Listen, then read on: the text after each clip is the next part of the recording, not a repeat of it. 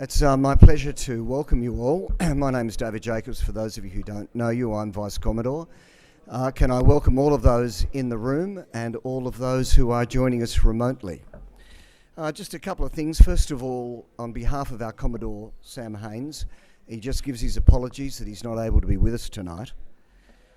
Secondly, I just want to welcome, in addition to everybody in the room, particularly our past Commodores and our life members. And finally, and very importantly, tonight is badge draw, and the jackpot is now sitting at $6,200. So just so you can all calm down, you don't have to worry about racing into the members' bar for the badge draw. We're postponing it till 6:30. If we're not finished by then and there is a badge draw, we will announce the member and the member number. So you can race out, you will be excused to race out and claim your $6,200. So the program tonight, we're hoping to finish in about half an hour. First of all, our race director, Lee Goddard, will talk to us. He's remotely somewhere in Western Australia, I believe. Then Gabriel Woodhouse from BOM will talk to us about the weather. And then past Commodore David Kellett will talk to you about the briefing on the sailing instructions, communication requirements and other paperwork and whatnot. And then finally, we'll be addressed by the Southport Yacht Club Commodore Drew Jones. So may I now call upon Lee Goddard, wherever you may be in the atmosphere, Lee. We'll come back to Lee. Is Gabriel available? May we have Gabriel? Hopefully your navigation equipment. Hopefully that's all coming through to you now. My apologies that I'm not there in person tonight. If it's all good, I'll make a start. So just to start off with, we'll just go through some of the forecast terminology and some of the weather information and where to find that information. So first and foremost, in terms of the wind, you'll know that the wind changes from minute to minute, and what we have on the forecasts is looking at that 10-minute average wind speed, and that's at a height of 10 metres above the ground. And obviously the wind directions that we're given is from the 8 compass points. And the main thing to note with the wind forecast is that gusts can be up to about 40% stronger than that mean wind speed. And that's not going to be explicitly included on the forecast, but one thing to note as you do look at the forecast going ahead. And once we see those winds start to pick up, we start to get to some stronger winds, and that's when we see marine wind warnings that get issued. So first and foremost for this race, the more important ones are the strong wind warnings and the gale wind warnings. So strong wind warnings are issued when that 10-minute mean average wind exceeds 26 knots, and gale winds once we exceed 34 knots. Now, obviously, we can get stronger winds than that with storm force and hurricane force, but they're pretty rare. And if we are expecting to see thunderstorms, they are going to be mentioned separately. So don't get confused between storm force wind warnings and thunderstorms, because they are quite separate. And those storm force wind warnings are when we're looking at that average mean wind speed of 48 knots or more. Now, one thing else to note with the winds is that we can have some squally winds that can come through, and they can be a fairly abrupt change in the wind speed, and it'll only last for a few minutes and then decrease. But if we are expecting squalls, we will be mentioning them on the forecast separately as well. Now, in terms of what we see out on the water with the waves, we've got a mix of seas and swell. So seas are the sort of more chaotic, locally driven wind wave, and swell is that waves that are generated from like distant weather systems. They tend to be a little bit more organised, and they have a longer period. So when we see these different wave types combine, we get a mix of wave height. So for the most part, what we'll see on the forecast is what we call the significant wave height, or the combined wave height. That's the highest third of waves that we're forecasting. But the important thing to note here is that maximum wave heights can be up to about twice the height of what we're seeing in the forecast. So one thing to note, particularly as we see some big swells for this event eventuating. Now, for some of the weather conditions out on the water to pay attention to is when you see the chance of thunderstorms or sea fog, because obviously we can reduce some visibility in those conditions, but also we can get very erratic winds with thunderstorms, and we can occasionally see waterspouts form with thunderstorms, and sometimes even without thunderstorms. So the other thing to note when you have a look at some of the forecasts is when we see lows, east coast lows in particular, as well as cold fronts and troughs, because that's when we'll see some of those wind changes and changing conditions. Now, what kind of products are available and where can we find them? So the coastal waters forecast, I hope you're all fairly familiar with. There are quite a few between Sydney enclosed waters all the way up to the Gold Coast waters. And the forecast for those districts for up to 60 nautical miles offshore. And they're issued twice per day, and they look at the next couple of days, and they're updated whenever we see fit, particularly if we're seeing substantial shifts in the timing of a change or increase or decrease in some of those wind speeds. When we do have some of those marine wind warnings issued, those warnings are updated every 6 hours, and they look at the current day and tomorrow as well. Now, for those forecasts, you've probably seen some of these before, but on the left-hand side there, we can see what the coastal waters forecast looks like, where we have some information about the weather situation at the top, and then for each day we see a breakdown of information for winds, seas, swell, and weather conditions. And when we do see strong wind warnings or gale wind warnings being issued, there's a little bar there as well. Now, the coastal waters warning is a separate thing, and that's what we can see on the right-hand side of the screen there. But the details of the timing of some of those winds are contained within the coastal waters forecast, and the coastal waters warning just refers to the district or the coastal waters zone that has that wind warning applied to it. Now, once we get more than 60 nautical miles offshore, we start to move into the high seas forecast area. So whilst we have the similar sort of details, the forecast looks a little bit different. It is a plain text forecast, and it has the same information where it has some information about the warnings, has some information about the situation, but the situation is then detailed by a series of latitude and longitude and timings of where, say, like a cold front is going to be or a trough is going to be, and then we see the forecast conditions in relation to that situation, and that includes the wind, the seas, the swell, as well as some of the weather information. Similar to the coastal waters forecast, the ocean wind warning is a separate product, and again, this gives information on the warning type, where the situation is, the area that's affected by the warning, and then the forecast conditions within that warning area. Now, these products are issued twice per day, and they only look out for the next 24 hours, and like with the coastal waters forecast, the warnings are updated every 6 hours when there are warnings current. Last but not least, we can also see some of the forecast information in METI, which is also what feeds into the BOM app. Now, these grids are generally updated twice daily, and you can look at things like your wind, your seas, your swell, some weather information. So there's quite a lot that you can get out of METI. Once you're out on the water, though, where can you get some of that information? So there's a few sources. So there is the Inmarsat, you've got HF radio, VHF radio, as well as the Marine Light website that has some low bandwidth and download-friendly text forecasts and charts. So that is all quite handy information. And obviously with the HF radio, we do have those forecasts being repeated every 4 hours. And some of those channels are 24/7 and others generally start only during the daytime or only at night time.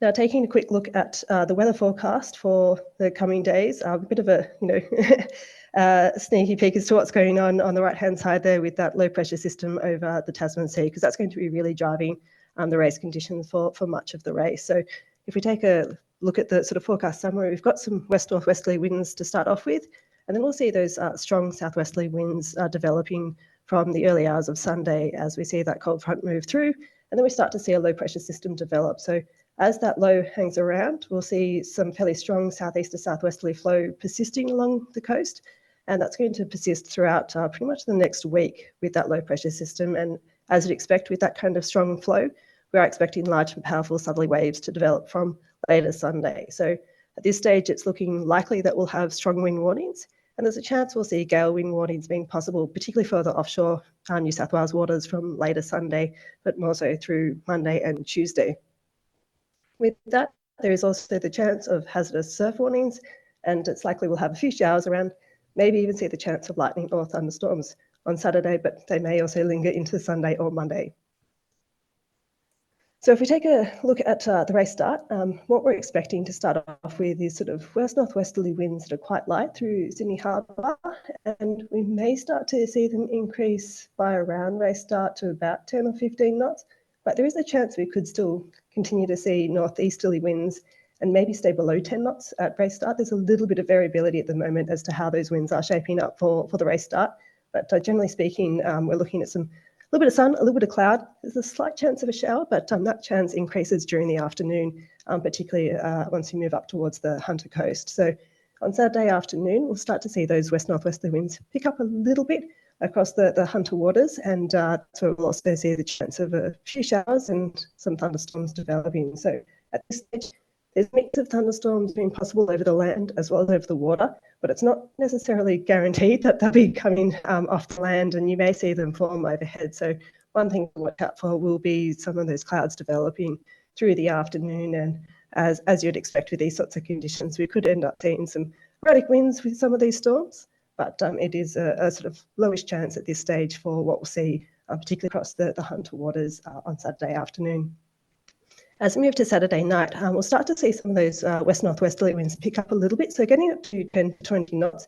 Might start to get up towards 25 knots by the middle of the night, but that's going to be well offshore, and inshore that some of those winds may remain a little bit lighter, and likewise much further north along the coast we'll see winds tending a little bit more north to northwesterly and remaining quite. Wind speed is starting to pick up a little bit, so particularly for areas south of Southwest Rocks, we'll see west-southwesterly winds about 15 to 25 knots, but the further offshore you get, the stronger some of those winds are going to get. So it looks as though we could be reaching up to 30 knots well offshore, and we'll start to see some of those significant wave heights increase through Sunday. So initially there'll be about 1 to 2 metres, but during the day we'll start to see them pick up, so getting up towards, about 3 metres by the middle part of the day or even the afternoon. But much further north, for north of Southwest Rock, some of those wind speeds will be a little bit lighter, and so the seas will be a little bit less. So by Saturday afternoon, what we're expecting is those southwesterly winds to really be in along the New South Wales coast and in the inshore area, sort of around that 15 to 20 knots. And then once you start to get a little bit further offshore, that's when we start to pick up that 20 to 30 knots and potentially getting up to 35 knots offshore from Port Macquarie. Some of those significant wave heights will also be picking up. Excuse me, Gabriel. And Gabriel? Getting up to 2 to 3.5 metres. So I'm just getting a message. Gabriel, are you putting slides up? I think. Gabriel, can you hear? Yeah. Are you putting? They're coming through. Are you putting slides? Are they not coming through? No, they're not coming through.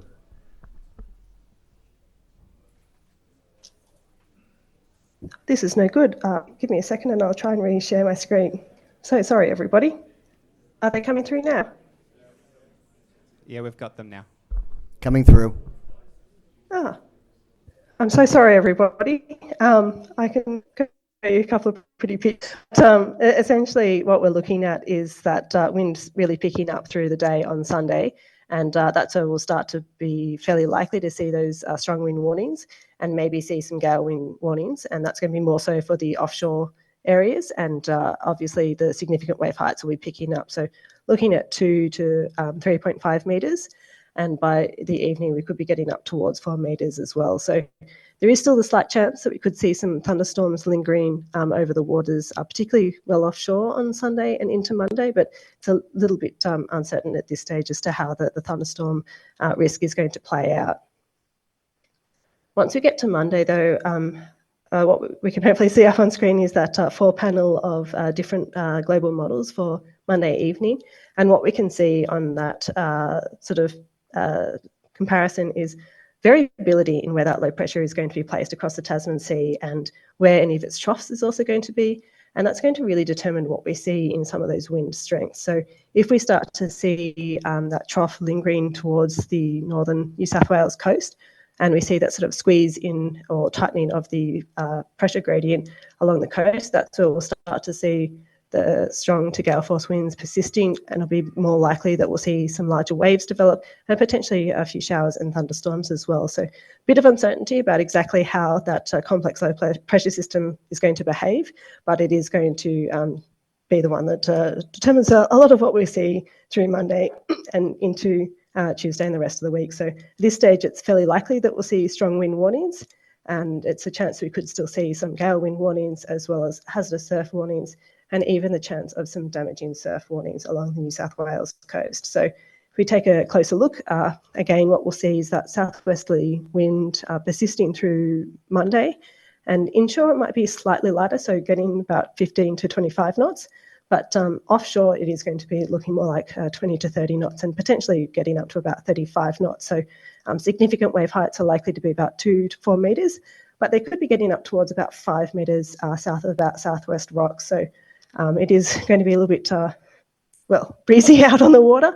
And once we get in towards the Gold Coast from Monday, some of those southwesterly winds will occasionally be sort of sheltered from the topography out to the southwest of the Gold Coast. So what that's going to mean is that occasionally the winds will be variable in strength as you start to come in towards the Gold Coast when you're riding close in the inshore area.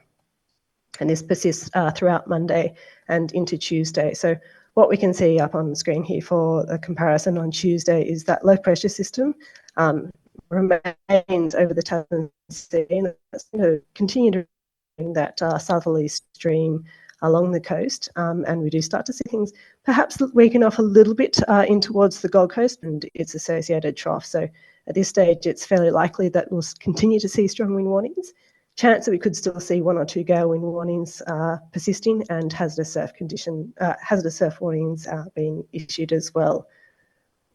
So taking a closer look at it for Tuesday and into Wednesday, again, we're looking at those inshore winds being a fraction lighter, but in the grand scheme of things, not that light at all. So 15 to 25 knots, and offshore we're getting up towards about 30 or even 35 knots. So chance of seeing those gale wind warnings persisting, as well as a few showers around, and those significant wave heights largely being driven by those winds. So getting up to 2 to 4 metres. So a bit of wave action out on the waters on Tuesday, and this story continues into Wednesday, where we do finally start to see that low pressure system start to move further east, and that's going to cause a little bit of a relaxation in some of that pressure gradient, and so we should start to see some of the winds ease off a little bit, but as we know, it takes a little bit of time for those large and powerful waves to die down, so they'll still be fairly large on Wednesday, and again, still looking at a few showers in the region, and by Thursday and Friday, that system should well and truly have moved away, and we start to see that ridge move across New South Wales and into southeast Queensland. So with that, we'll see winds become quite a bit lighter, and those seas decrease as well. So much nicer conditions. And for those that are headed up towards Mackay, we are looking at those southeasterly winds along the Queensland coast into the latter half of next week. So that's looking quite nice. But depending on what day you decide to get to the Gold Coast, for the most part, it's going to be reasonably sunny. There'll be a little bit of cloud around, and there's a chance of a shower nearby most days. So there's a low chance, but it's a little bit higher that we will still see a few showers around on the water rather than over on the land itself. Taking a look at the currents, what we can see at the moment is that the East Australia current separation point in the north is quite a bit way far north. So at this stage, there's sort of 2 areas of some of those stronger currents. So one is that area to the north of Yamba and up into southeast Queensland. And the second part is down off the sort of mid-north coast. So between about Port Macquarie and Port Stephens is where we're seeing the other stronger part of the current, getting up to about 1.5 to almost 2.5 knots. So a reasonable rate of knots there. In terms of the sea surface temperatures, currently in the very near shore, we're seeing temperatures be a little bit below average and a little bit more towards near average once you get a little bit further offshore. So for the most part, sea surface temperatures are around about 17 to 21 degrees at the moment along the coast between Sydney and the Gold Coast. And likewise with the tides, we are seeing them start to decrease. And we'll start to see that tidal range lessen over the course of the weekend, and we're expecting the new moon forward on the 4th of August, and at race start we'll be seeing a high tide. So to summarise, at the moment we've got west-northwesterly winds to start the race,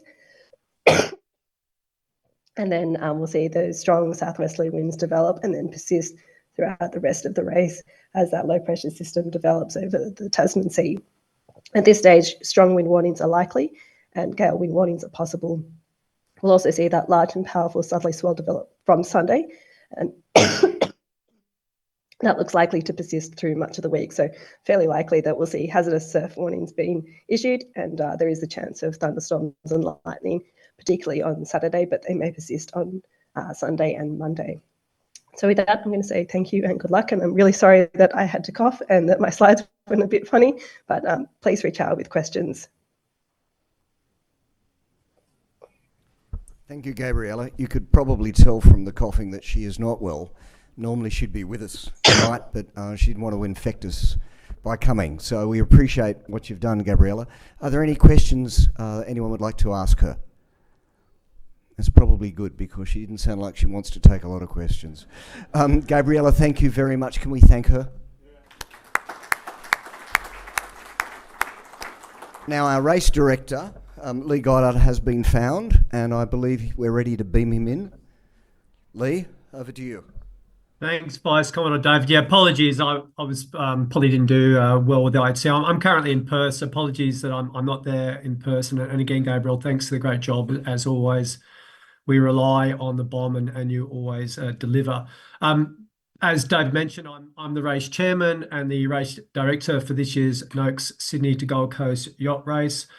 With my fellow committee members, Vice Chairman is David Kellett, who will be briefing you shortly, and David Jacobs will introduce him, as well as Noel Cornish, Mark Pavillard. And this year, we've also got Steve Murphy, who's the head of racing from the Southport Yacht Club, of course, our finishing partner. So a warm welcome to Steve, and also a big thanks to Southport Yacht Club, and I know we'll hear from them shortly. We work very closely, of course, with David as our chair of the racing committee, but in particular with Tara Blank-Ramelson and her team in the sailing office. So a great thanks to them. And of course, we stay close as well to the international jury. Hopefully we won't need to call on them for this race.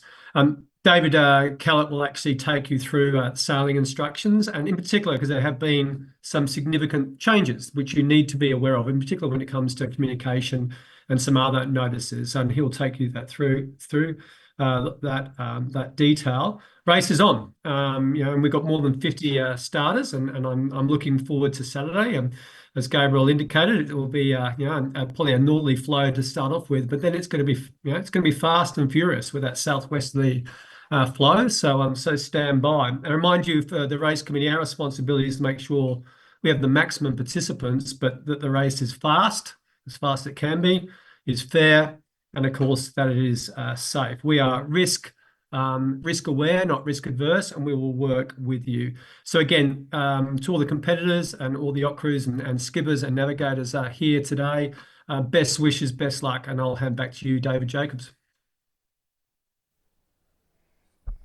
Thank you, Lee. So, the Deputy Race Director is David Kellett. I don't think David needs any introduction to any of you. He's done sort of everything that's possible in this club and in sailing. It sort of makes me feel like your father's watching over you. He's sort of so well known and been here for so long. So, David, over to you. Thanks, son. Thank you all. We know how hard it is to do all the paperwork and all the compliance that you need to do on every race, and we do appreciate the support that you all go through to do this wonderful sport that we have, and particularly this race, getting the paperwork all done. The sailing office would like to thank you for your support. The SIs we can all read, so I won't go through too much, but just a reminder to report at the start with your storm sails set. The start line is at Point Piper, not where we normally start, up at Nielsen. VHF 72 will be used for recalls. Between the start and finish, there's only one mark, and that's the Lady Bay mark at South Head, so just be aware of that. The finish line sometimes is quite difficult to see when you're approaching it in the dark. There will be strobe lights on it, and we will also have yellow brick trackers strapped to the buoys, so if you have the ability to look at those positions for the race, you'll see the finish marks on there as well. Also, the finish line will be in contact on VHF 72. Remind you that there needs to be a continuous listening watch on VHF channel 16. And this is quite a historical race for the CYC. It's the first time we haven't had radio coverage in either HF or VHF. So all the skeds for this race and all communication will be done on your telephone, be it your mobile phone if you're in range or your satellite phone. I remind you that the sailing instructions require your sat phone to be on and be able to receive voice and data for the duration of the race. Skeds, we will have you report your position via SMS to the numbers in the sailing instructions at 0635 and 1835 daily. We'll collate those positions and send an email to those that can receive email back to you within the hour. If your position is not received, you will receive a follow-up message and a phone call from race control. The numbers are in the sailing instructions, so I don't presume to go through them again. Remind you that once you get to point danger, please contact the finish line on VHF 72. And as I said earlier, they will be in contact on 72 up to the finish if you need them. We have received advice from Marine Rescue that the dredging of the Tweed River may commence again next week. So when you're approaching that area, just be aware that there may be a dredge operating out of the river. As we all know, the whales are increasing.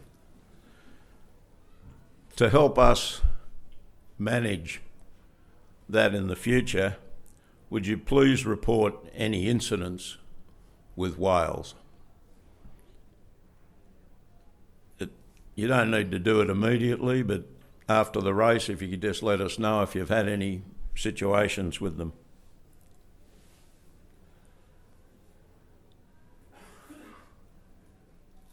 I think that's all I need to cover. We seek your help to move forward with our communications using telephones rather than the radio. So I wish you good luck with all of that. Now, do you have any questions?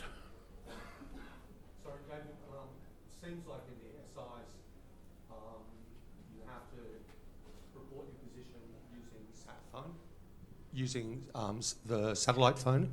If you're in range and you can do it just off your mobile SMS, Yep, that's sufficient. You just send us an SMS. You can use So it's not a requirement that it has to be the sat phone. Either mobile or sat phone. Okay.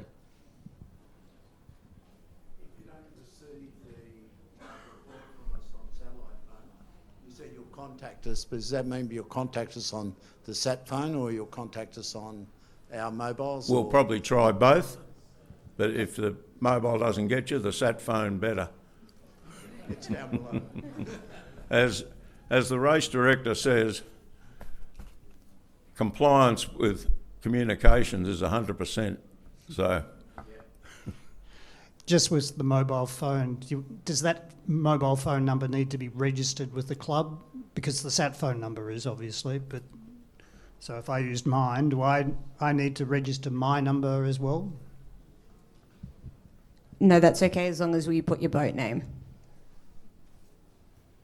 thanks, Tara. No other questions? Have we got any questions online? If you're online and you have a question, please send it through.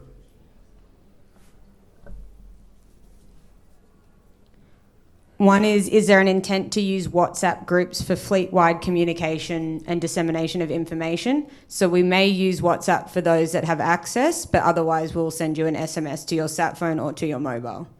So we understand that not everyone has access to WhatsApp. Yeah, we're just going through that at the moment, that the WhatsApp doesn't appear to work on all types of sat phones.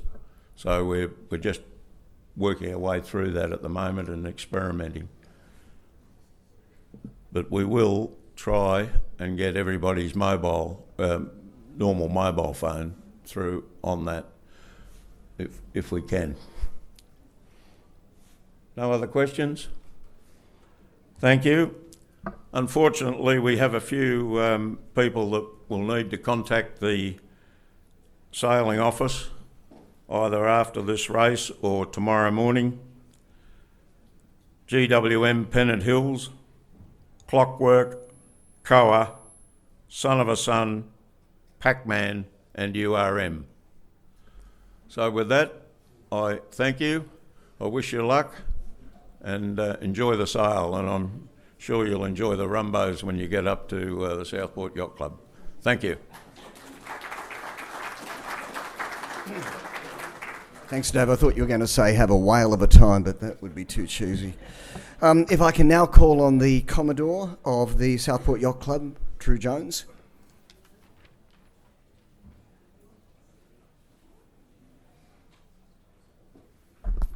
I'll have to stand over here. Can you hear me? As you know, my name's Drew Jones. I'm the Commodore, the proud Commodore of the Southport Yacht Club. But this will be my last... Well, here she comes. That'll be easier. This will... Hello? No? Yep. This will be my last go at it, because my Commodoreship ends on Monday the 29th as the boats are coming through the seaway. We don't know. We've had a couple of people running for it, so we'll have to wait till Monday. The club is there. It's waiting. The volunteers are ready. The beer's cold. The rum's even colder. The jugs have all been washed. They're all clean. We've got rid of the other stuff we used to put in them.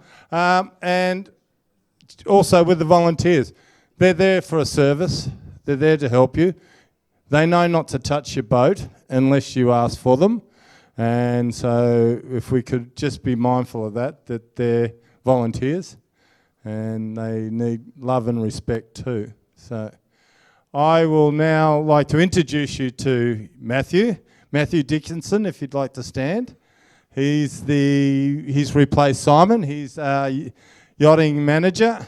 Then next to Matthew is Glenn Burrell. He at the moment is Vice Commodore of Sail, and hopefully Commodore, in my opinion. But that's you're not meant to say that. What are they going to do with a couple of days to go? Then we have Adrian Bold. Adrian is new to the club. He's in charge of our communications and marketing and PR for the sailing and powerboats. So that's why we're all here. And hopefully you guys have a safe trip. And I look forward to having a drink with you in the club. Cheers.